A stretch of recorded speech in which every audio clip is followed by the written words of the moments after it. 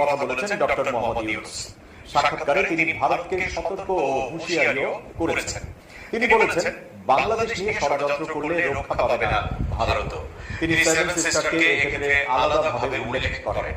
Nobel জয়ী এই অর্থনীতিবিদ জানিয়েছেন, এখন বাংলাদেশে স্থিতিশীলতা দরকার। যদি বাংলাদেশে স্থিতিশীলতা না ফেরে, তাহলে মিয়ানমার ও ভারতের সেভেন সিস্টার খ্যাত 7 অঙ্গরাজ্য অস্থিতিশীল হয়ে যেতে পারে বলে সতর্কতা দিয়েছেন তিনি।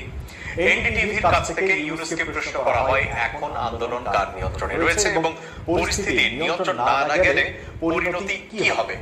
জবাবে তিনি বলেন, এটি কোনো সুখকর পরিস্থিতি হবে না। যদি আপনি বাংলাদেশকে অস্থিতিশীল করেন, এটি পুরো বাংলাদেশের চারপাশে ছড়িয়ে পড়বে, যার মধ্যে থাকবে মিয়ানমার, সেভেন সিস্টার এবং পশ্চিমবঙ্গ সহ সব জায়গা। মিয়ানমার সহ আমাদের চারপাশে এটি হবে একটি আগ্নেয়গিরির অগ্ন্যুৎপাত এবং এটি আমাদের জন্য একটি বড়